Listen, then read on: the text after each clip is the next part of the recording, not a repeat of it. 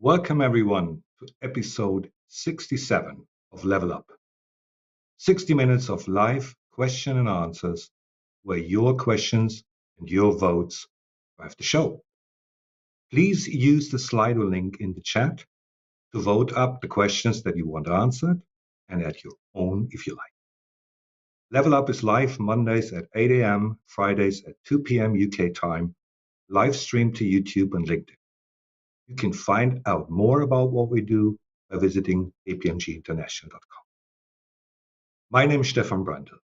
I'm the leader of the EMEA region on behalf of APMG, and I have the honor to be your host. Today, we're talking about building a culture of business relationship management.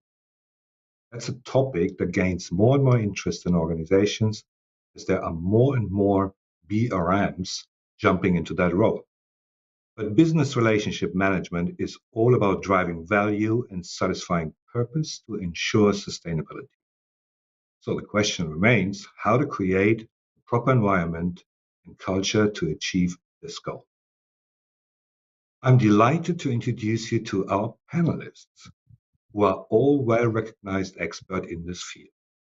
Hello, everyone. I'm starting with Malini Jayaganesh, joining us from Australia. Malini is featured in the BRM Institute's Global List of Top Business Relationship Managers in 2019 and 20 Global Excellence Awards. She's a writer, a coach, and a trainer for business relationship management certification. Welcome back on the Level Up panel, Malini.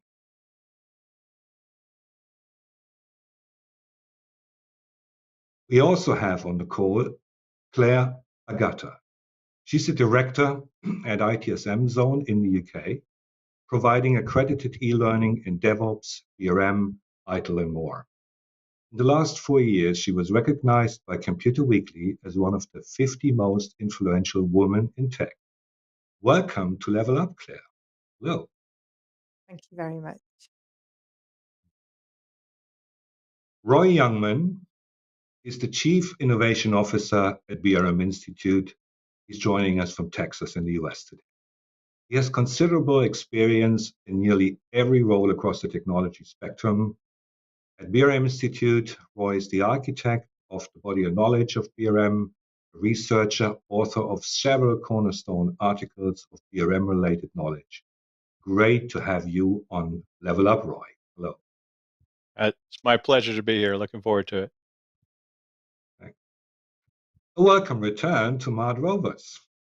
Mart is the president of INTERPROM, coaching, consulting, training, education firm in the US. Examples of areas he has specialized in are business relationship management, service management, information security management, project and change management. Like the other panelists, Mart is looking forward to sharing his experience with you and to answering your questions.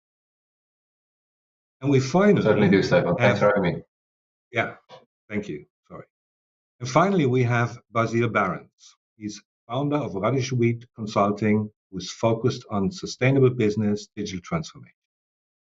Baziel completed an executive MBA at the University of Cape Town with distinction featuring a dissertation on leadership as practice on organizational power dynamics.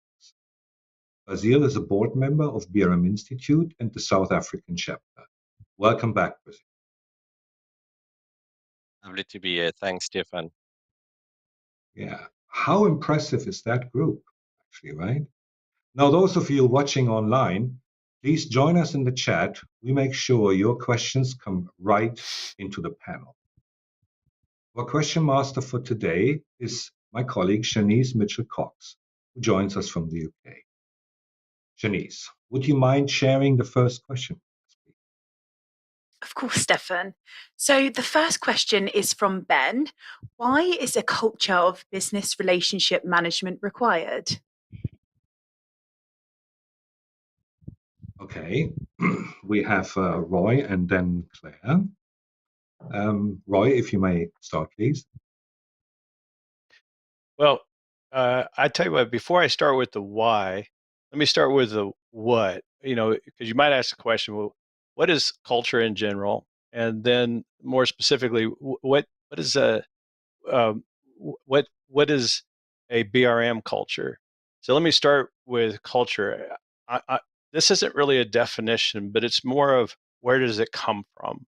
The theory of relationshipism calls out that a culture is really a reflection of all the relationships that an organization has ever had amongst the people that have anything to do with the relationship. And that's both past and present. Now, that's useful to think of it that way because that gives you a hint as to what you can do to evolve culture. You can nurture relationships. You can actually do something about relationships. Now, when you think about a BRM culture, well, a BRM culture is one, at least from my point of view, that puts relationships first, to where you're giving as much thought to the effect on a relationship as you are about the results that you're actually trying to achieve. You know, the product that you're building, the services that you're offering, with the belief that if the relationships are really, really good amongst people, the natural outcome is great products, great services, continuous improvement, nothing but positive results from a network of great relationships. So I'll start there in terms of just putting an anchor in the ground as to what a BRM culture is all about. All right. Thanks, Roy. And Claire, would you like to add? Yeah, I mean, completely agree with everything that Roy said. And really what I want to do is just give a couple of examples from my experience as to what happens when you don't have a BRM culture. Now, you know, BRM obviously is organizational wide, but most of my experience is in the tech space. So just a couple of examples from the tech space about, you know, what happens if you don't have this culture in place and you don't emphasize those relationships. One of the first things that you see quite often is IT delivers what it thinks the rest of the business needs. So maybe they get, you know, entranced by some shiny new technology, or we spend a lot of money on a project that we think will be really, really helpful. But then when we're actually delivering something, we find out this isn't actually what our customers wanted. So that's one example. And then the other one, of course, is when we're in this sort of order taker situation where people are just saying, give me this, I've seen this, it looks good, this is what I want. And because the IT department doesn't have the ability to say, actually, there's something that could do this better, or this won't work with the rest of what we have within the organization, then you get kind of suboptimal results there as well. So if you've got that culture, you've got those relationships, you can start to have the conversations that lead to better outcomes. If you don't have that culture, then I think, you know, most people will have seen examples that are similar, but you do experience these results which cause problems in the future. All right. Thanks, Claire. All right. If we can just move on to the next question. Of course. So we've got a question from Danielle. Oh, sorry, Sammy, in France. In an ideal world, how much is driven by business relationship management and how much is depending on other factors?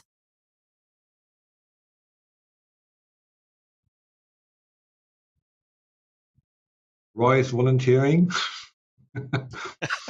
Okay, Roy. Yeah, I find this a very interesting question. First off, you know, the in an ideal world part of it sort of implies some sort of nirvana. But let's assume that we actually get into an ideal world. Well, to me, the ideal world is one in where every relationship that has anything to do with an organization is as good as the best relationship you've ever had. Now, if you try to think about that, just think about the best relationship in a work setting that you've ever had in your whole life. And then try to imagine that every single relationship that has anything to do with that organization is as good as that one. Well, that's an ideal world. Now, it's kind of unachievable, because people are people and not every relationship's going to be as good as the best one that you've ever had. But that's what you're trying to build, to try to get to that ideal world. So how much of that is driven by business relationship management? I see business relationship management as the owner of the network of relationships. So it's the role of BRM to nurture, to grow both the volume of relationships in that network and the quality of relationships in that network. So it's not just about the relationships between a BRM and their business partners.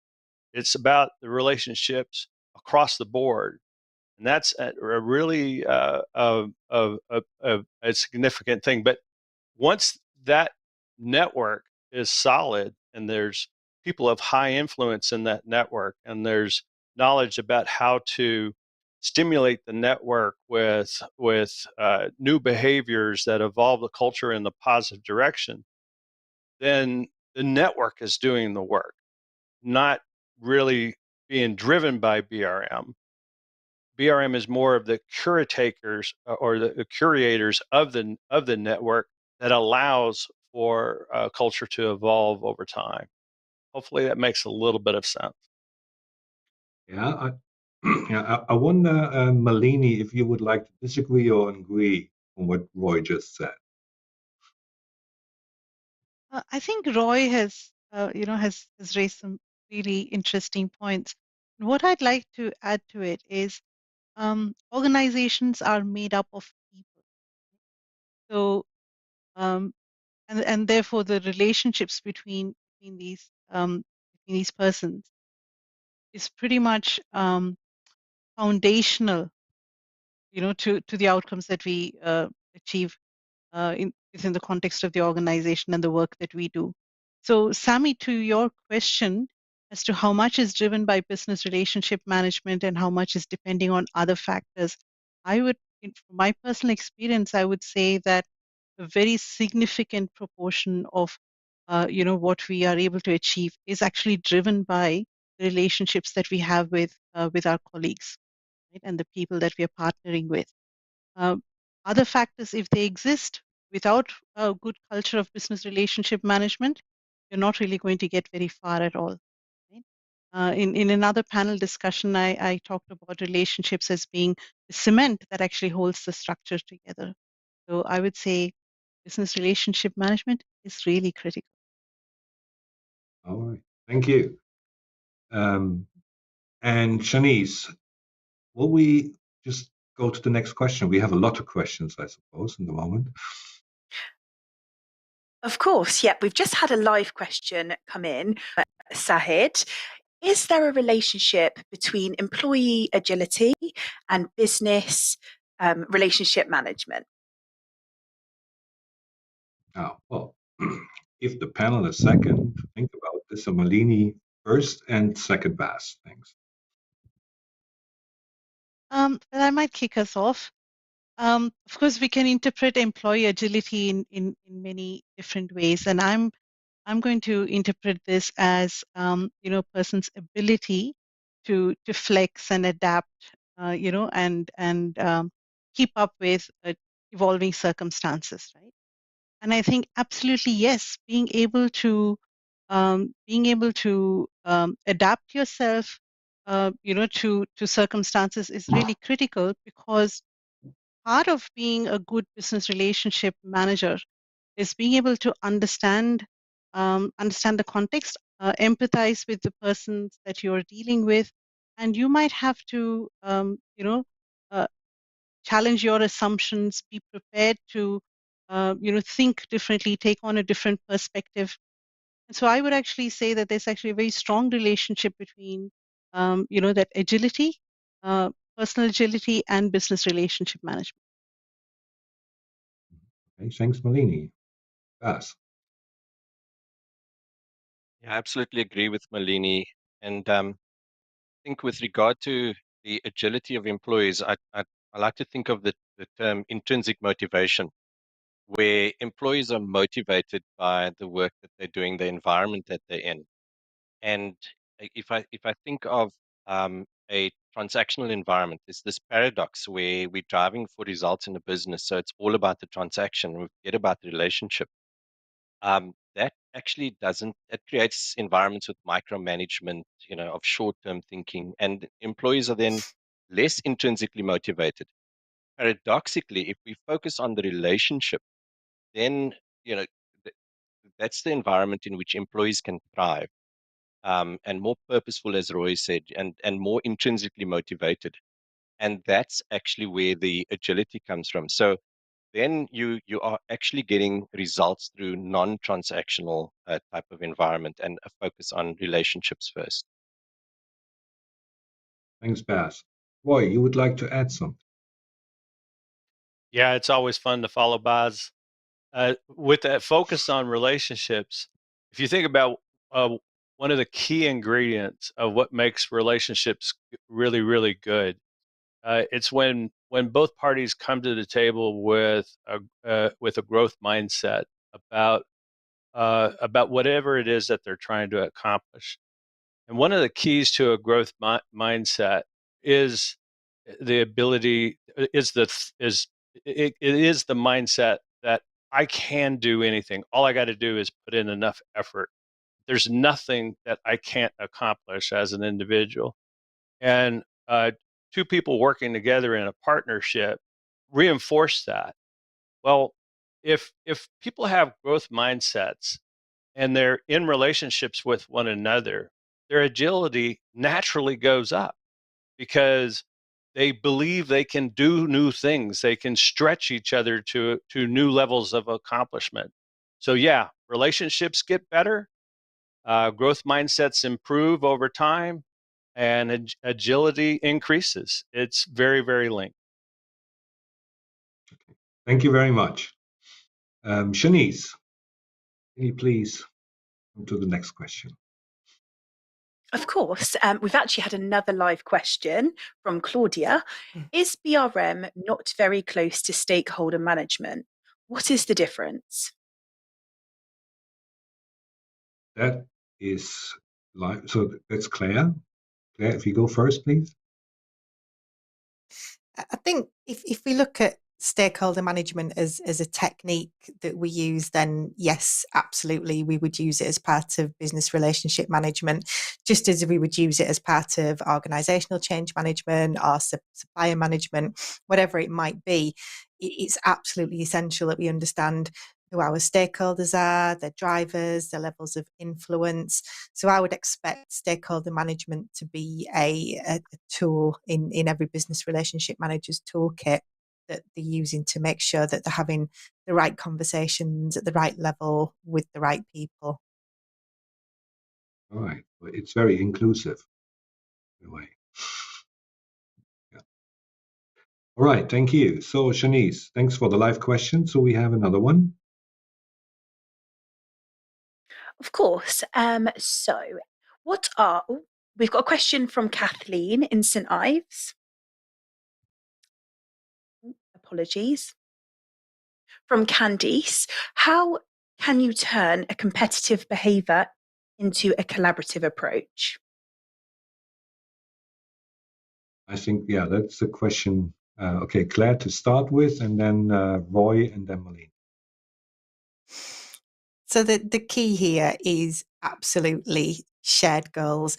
What I've seen in organisations when you have different areas competing with each other, maybe hoarding knowledge or refusing to collaborate, it's because everybody's focused on individual goals, or they've got metrics in that are misaligned. So the key thing is to understand what's the shared goal that everybody's working towards, because once you can get that understanding across to people, you start to see people in the same direction. So, thinking about what's driving the areas of the organisation that are competitive, trying to understand, could it be something that a manager's asked them to do? So they're very focused on meeting that particular target or goal, but understanding what's driving their behaviour and then aligning them into a common direction is going to really help here. Right. Thank you. Well then, Roy. Yeah, I just would add to that because I think the example of people holding on to their own knowledge and not wanting to share it is a really interesting one. I've actually experienced that in my career from both sides. Where I felt like, well, if I explain what I know to somebody else, that somehow devalues the things that I know. Um, and when you think about what kind of culture that kind of behavior happens in, it's this culture of hero worship. So the answer to that problem is kind of pretty clear. Stop rewarding heroes and start rewarding people for effort, and for especially for the effort of actually attempting to share the knowledge that they know. Um, the other thing that catches me on this question from Candace is not everything that looks competitive as a behavior is necessarily a competitive. Remember that playing and being playful and participating in games is a way we as human beings have learned, and it's an instinct that we've got, that goes back evolutionary since the beginning of life on Earth. So be careful that you don't throw the baby out with the bathwater, so to speak. Being playful in a certain amount that has a way of looking like it's being competitive, but it's not. So don't confuse learning with necessarily being competitive.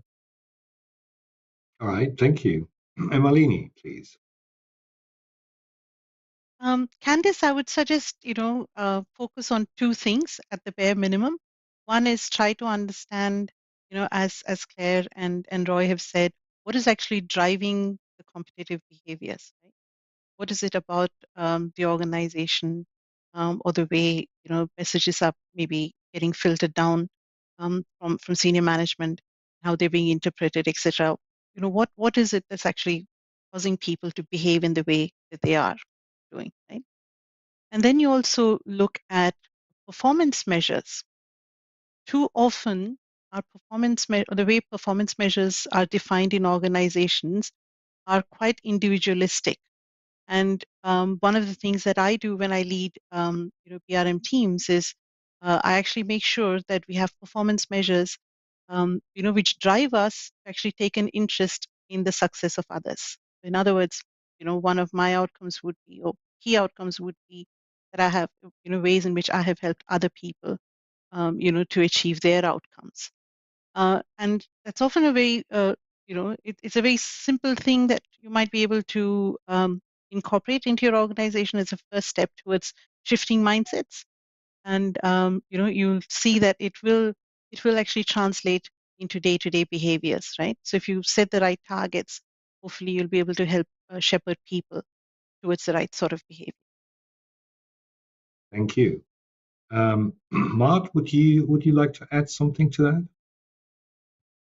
Absolutely, Stephan. I mean, there's one quote that keeps coming to mind for the past three questions that we've had from Steve Jobs, who once said, if you want to go fast, go alone. If you want to go far, go as a team.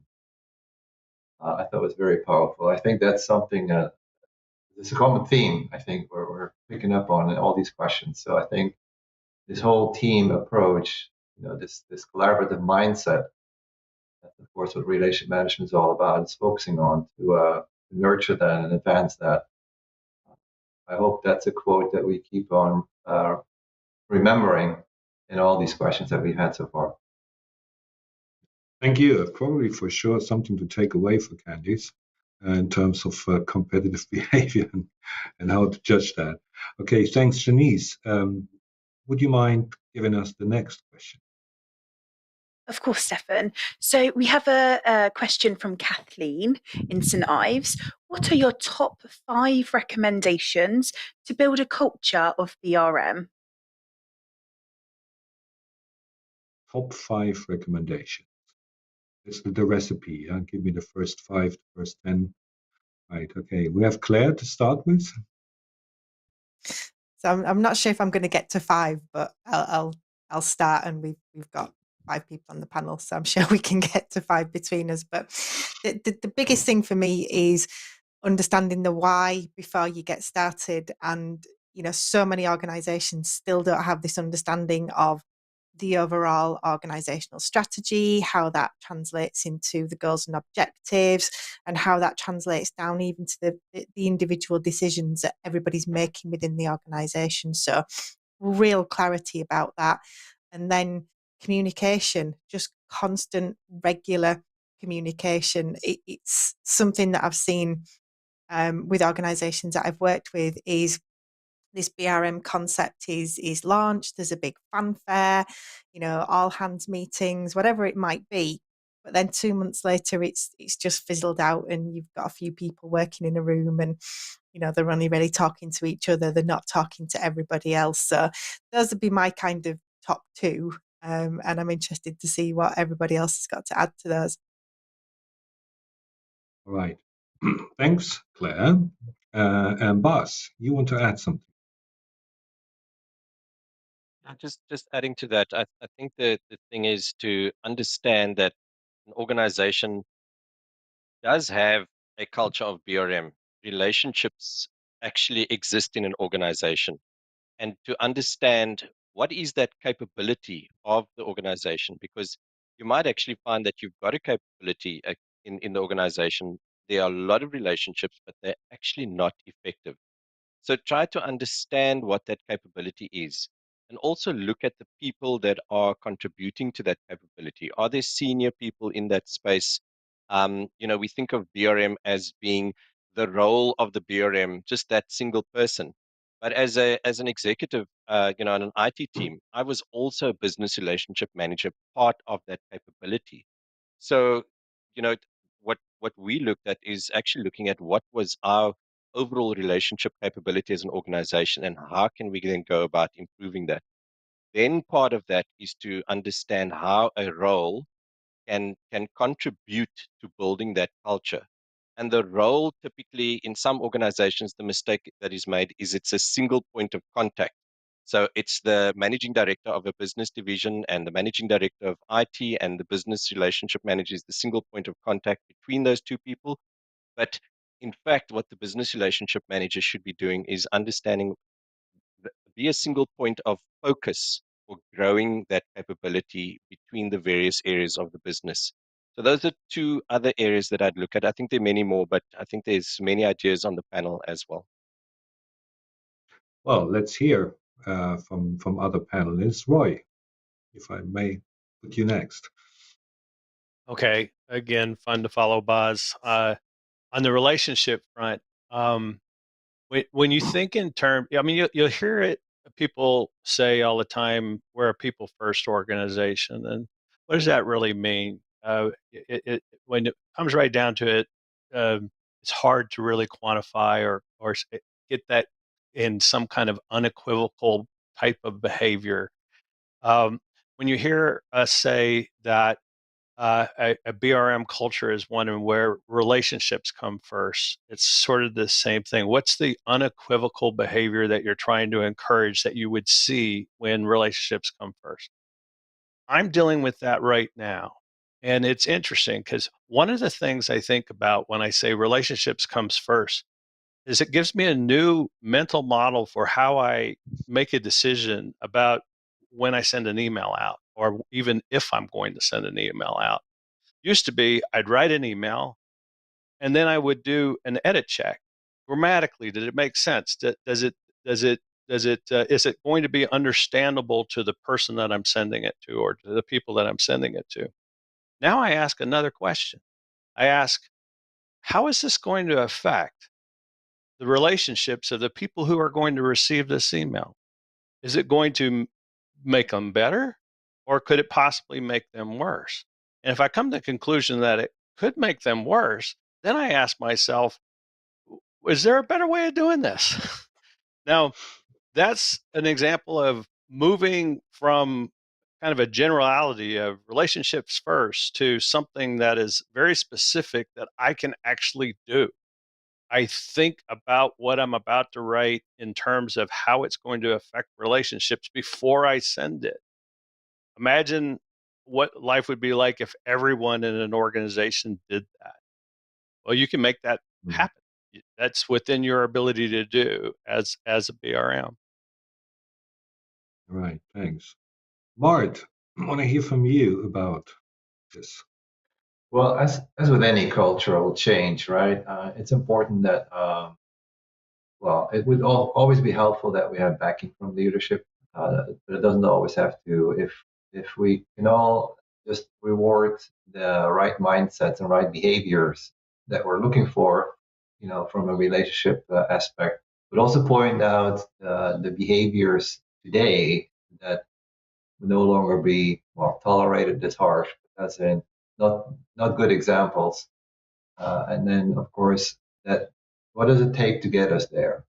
To get us to this new behavior, this new mindset, that could be through rewards that we, put people on a pedestal that basically show us the right behaviors, but also be role models. I think that's a recommendation we all can benefit from, to point out this is the right behavior. These are the role models to look at, to have a relationship focused or relationship centered organization that can thrive because of its strong relationship. Thanks, Mart. And as there are the question about 5 recommendations, why don't we ask 5 panelists? So, Malini, would you like to add something to that? I absolutely would, Stephan. It takes time to build, a very healthy culture of business relationship management. So, Kathleen, what I would also suggest, on top of what everyone else has said so far, is I think you need to think about what are some things that you can do in the short term, and what are some things that you can, plan to accomplish over the longer term. And in the short term, something that you can do, which will quite, quite significantly um, put BRM in focus, is maybe making some changes to language. So, in the business relationship management professional certification course, for example, we give you some suggestions. For example, instead of saying customers, you actually can say business partners, or instead of saying the business, you would actually say, your business partner, etc. And I think sometimes those subtle changes in language can actually make people stop and think. And it's a very small thing that you can do. Doesn't take any investment at all, right? Except a little bit of thought and effort on your part. Okay. Thank you very much, Malini. Yeah, so we've spoken to 5 panelists. We got more than 5 recommendations. And I mean, you can see now there are some reactions from our live viewers. And I think, and this is in a positive way, we could challenge our panelists a little bit more. So if you please just add a few more questions. We have already a couple of questions, but you want to add something live, something that where you think, I'm not going with this, or there's something I would like to have more a precise answer on whatsoever. Yeah, please add to the chat. We will make sure that this is coming right into our show.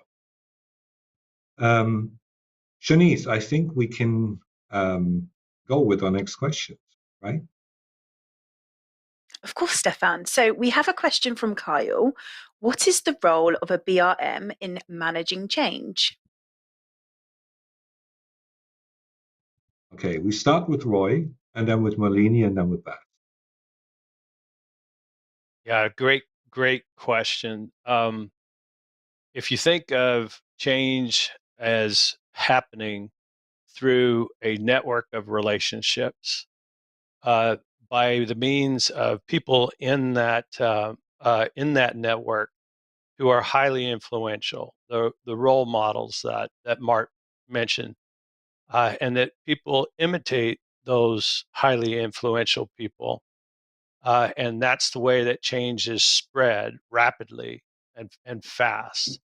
By with the change being these unequivocal behaviors, things that are so binary that you can detect that they are being done or they're not being done. That's what unequivocal needs to mean. If that's the whole infrastructure that allows for change to happen rapidly. The BRMs and the BRM capability as a whole is the caretaker of that network of relationships. The BRM's role is to improve the quantity and the quality of the relationships in that network on a perpetual basis.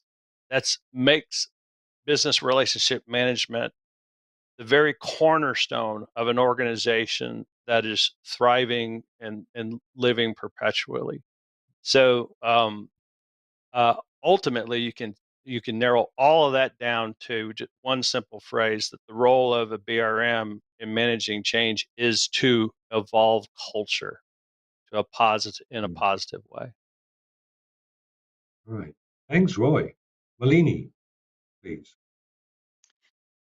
Kylie, I've worked in organizations where, where really massive change initiatives have been deployed, and they have actually inadvertently left many people behind, right? And I also have worked in organizations where we have evolved the culture of the culture so that it's very much relationship centered.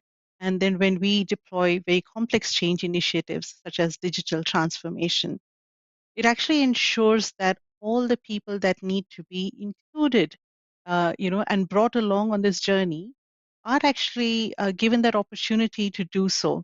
So good business relationship management practices actually help to address various challenges that come with change, such as resistance to change, anxiety, and other such things.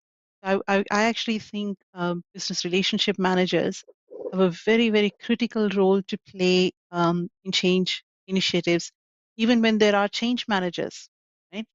This is actually a very complementary role to that. Thank you. Bas, you're next. So thanks for that, Carl. The question, very, very interesting question, and a big part of the BRM world. And to answer that one, I'd like to refer to some of my experiences over the last, 10 to 15 years in specific change spaces. So the two change spaces that I've really seen BRMs being effective is at the organizational change level. So if working in a multinational organization, we could actually see where the effective BRMs were operating, where there was this change in thinking in the organization at the organizational level, and this was between IT and trading divisions.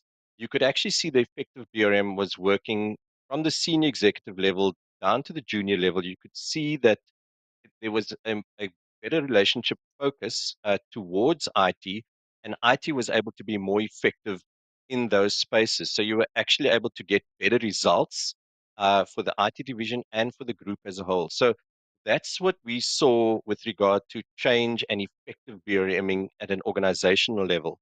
But then at the other end, what Malini spoke about is on the larger projects. What we typically had is we had a change management, a change transformation approach, and there would be a dedicated person typically who wouldn't necessarily be the BRM. The BRM could play in that space, but there would be a specialist change transformation person. But when the big programs went in, we found that the user community, right up to the heads of the organization, encountered significant frustration, which is part of change. And many of the times those were relationship issues, which the BRM played a significant role in working through those relationship issues. And I would say some of our biggest programs succeeded because of the efforts of the BRMs in those spaces. All right. Thanks. Mart, may you want to add something? I'd like to add to these great answers that as a BRM, you're so uniquely positioned between the provider, peer, organization, and the business partner. You're kind of neutral, this independent, hopefully this trusted person, that you're the go-to person that people come to when they have these anxieties and fears when they go through a change. So hopefully you are that coach, that guide that people perceive you as such, and be there for them. So be that shoulder to cry on sometimes. Can be that bad. I think you're so uniquely positioned to be all that for an organizational change. Thanks, Mart. So, Kyle, there's probably something to take away from these answers from our panel. Shanice, let's move to the next question, please. Of course. We've just had a live question come in from Jan Van Bon. Relationship first. Relationship seems to be a goal, but isn't it rather a means to an end? Doesn't the goal come first? Right. We have Roy to start with. Yeah, this is a great question. Very, very insightful. I'm going to go back, 20, 30 years when the quality movement was really starting, and a lot of people ask the same question relative to quality. Isn't quality the after effect of, or isn't process, let's say, what happens as a result of having good product? And the quality world quickly kind of figured out that no, process is what comes first, and that if you have the process right, quality comes out on the other end. Metaphorically, that's very similar to this situation of relationships first. If your relationships are really solid, your your product and your services will be great. That's a hard concept to really buy into, and until you really start thinking about it. For me, what really helps is to always go back to the same question, or the same way of thinking. Think about the best work relationship you ever had with anybody, and then try to expand that type of relationship into every other relationship that you have, and that into every other relationship that anybody else has with other people, and then try to imagine what would you accomplish in an environment like that. What would that kind of organization be able to kick out in terms of quality product, faster, better, and cheaper than anybody else? What kind of innovation would happen in that kind of world? Product would be there. It becomes the end result of great relationships. Great relationships aren't happy if they're not producing anything. Think about that again in terms of the best work relationship you ever had. Think about what you were able to do working with that other individual, or the set of individuals that you were working with at a time, and then that'll help you overcome that leap of faith that if the relationships are really, really good, product will be a byproduct of it. Quality product, faster, better, and cheaper than the competition. Thanks, Roy. Shanice, let's move on to the next question. Of course. We've got another question from Kyle. What 3 things can I start doing now that will make a difference? Well, panel, this is okay. I start with Claire, then Baziel, then Roy. So I think we've got 3 hands. So I'm going to say one thing, and again, this is based on a client that I've worked with recently. The one thing that I would say is, do not be frightened, even now, to start having the difficult conversations. So I've seen this in a lot of organizations where people are, they want to start some kind of business relationship management initiative. They want to start working with different stakeholders in the organization, but maybe because of something that's happened in the past, some poor relationship, they're frightened to go out and ask people, what do you want? What do you think about this? How are we doing? How can we do better? So the big thing for me would be to start having the conversations now, start talking to people, and that's going to be so helpful in terms of guiding the rest of your initiative. Thank you, Baz. I see it's Carl. It's you again. So lots of interest in the BRM field. Great to see.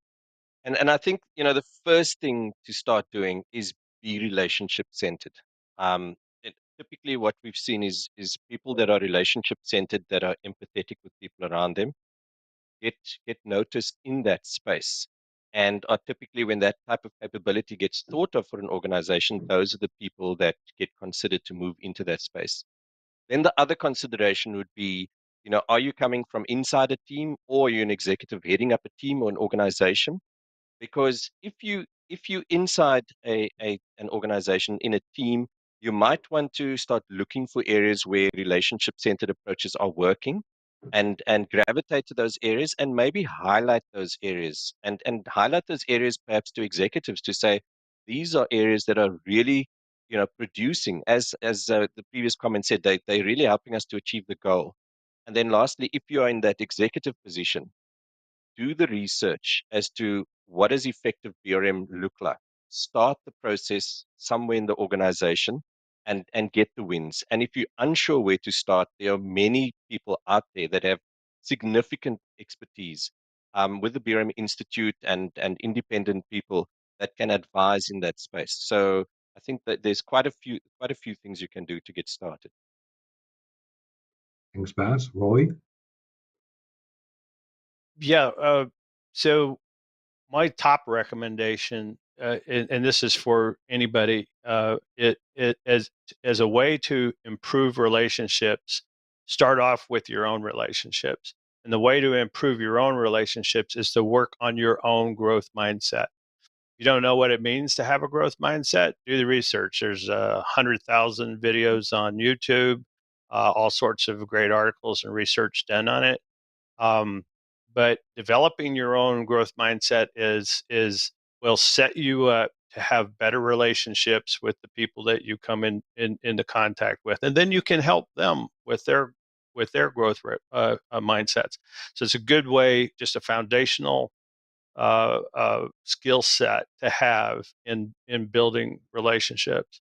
Then one other thing I would say is, think of one unequivocal behavior that you could do and you would do for the next 40 days. I gave an example earlier of something that I'm currently in, of asking that extra question that before I send an email out, of how is this going to affect relationships if I send this email the way that it's currently written. That's an example of an unequivocal behavior. You could pick others, like start every meeting on time, or don't use inside out language when you're describing your organization.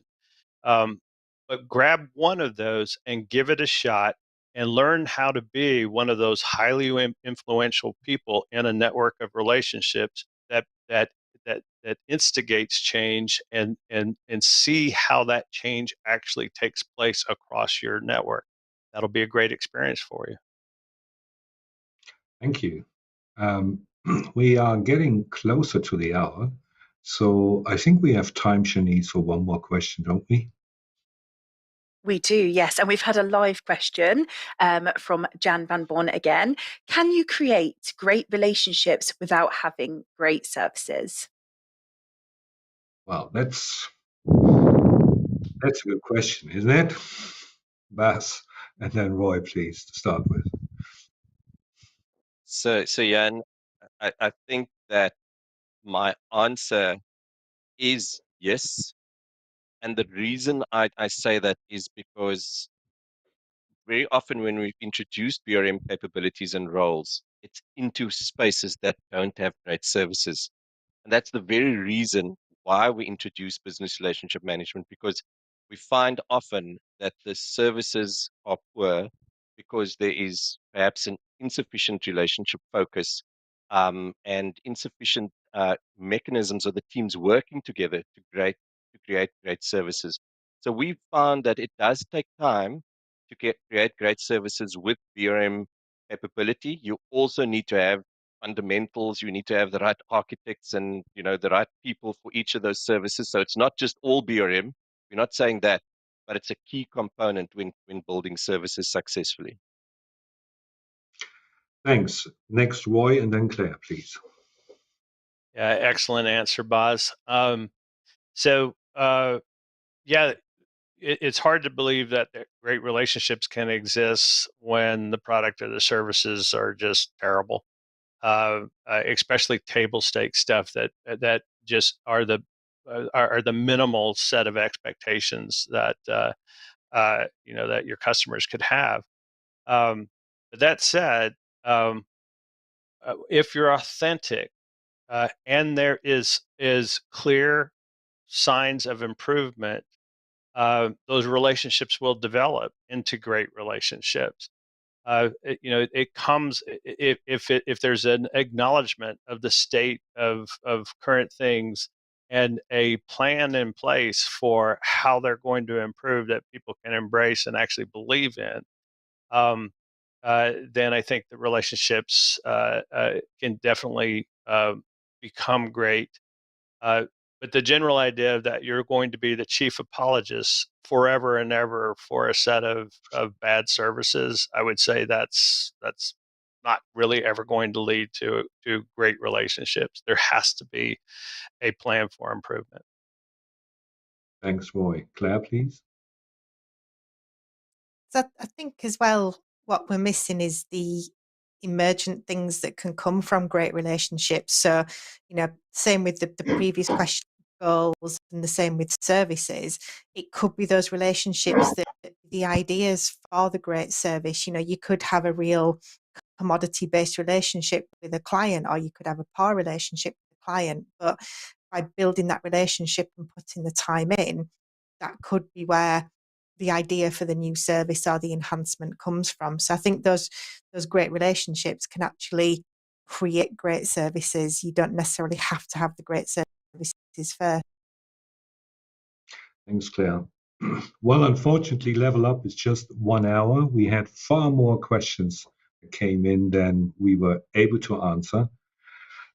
So I first like to, before we come to an end, like everyone for your time and participation today. This is to our viewers who have watched us for the past hour, for the questions they have raised, and huge thank you to the panel for all the answers you've given. Before we close, may I invite the panel for some closing remarks? I mean, you probably took a look at the questions and saw some other aspects you want to feed in, but please, short answer, short closing remark. And I might start with Malini, please. Thank you, Stephan, for the opportunity to be part of this fabulous panel discussion.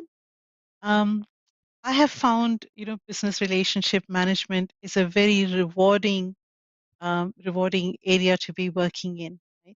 And the benefits of those strong relationships that we foster and that we sort of help to create into networks, like Roy mentioned, they have far-reaching outcomes way beyond just our immediate business objectives. Right? So it really helps us to be more resilient and improves our sense of self-esteem and well-being as well. And I would like to wish everyone who's watching this show, a great future in building business relationship management culture. Thanks, Malini. Claire, please, you're next. Yeah, echo Malini's thanks there. Thank you to everybody for the questions. It's been really thought provoking and kind of fun to think through some of these different things.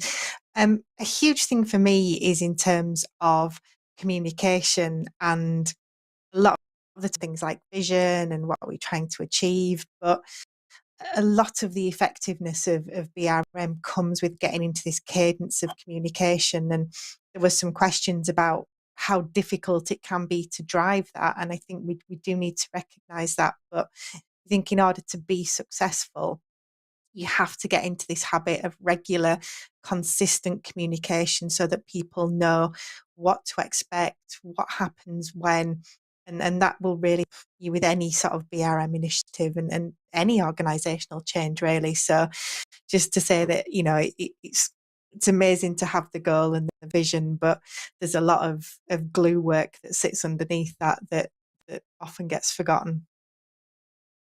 Thanks, Claire. Mart, please, your closing remark. I'll keep it short. When we're talking about building a culture of relationship management, to me, it comes down to building a culture that is based on trust, in which actions speak louder than words.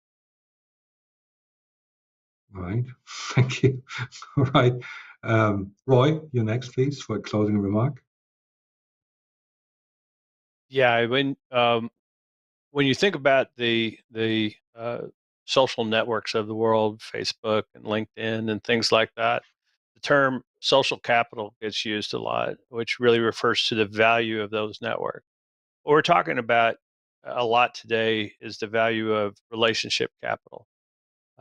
Every organization has some, and the future of business relationship management is all oriented around increasing that relationship capital, which may be the most important and critical asset of any organization that really wants to thrive forever. Thanks, Roy. Baz, your turn. Thanks, Stephan.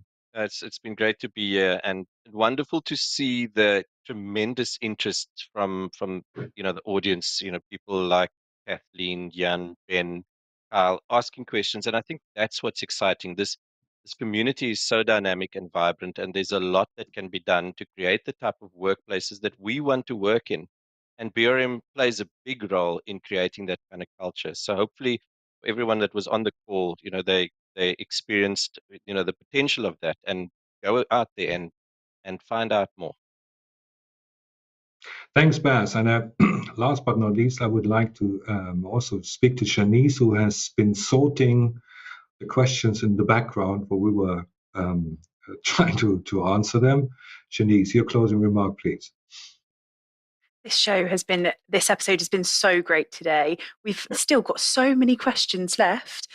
So I think we're going to have to come back to this topic another day. But thank you to the audience and thank you to our expert panelists. It's always such a pleasure having you on the show. Thank you very much. Yeah. Well done, everyone. Over on our website, you can now search and view answers to over 800 questions that we have on apmginternational.com/levelup. It's an amazing free resource to connect you with over 100 experts from around the world. You can listen to the audio versions on your preferred podcast platform like Spotify or others. Level Up will be back this coming Monday at 9 BST with the cracking topic, how to become a rainmaker. Please subscribe to the show and we will send you a personal summary of what's coming up and how you can join us here on the panel and level up your career with APMG. Thank you, everyone. See you on the next show.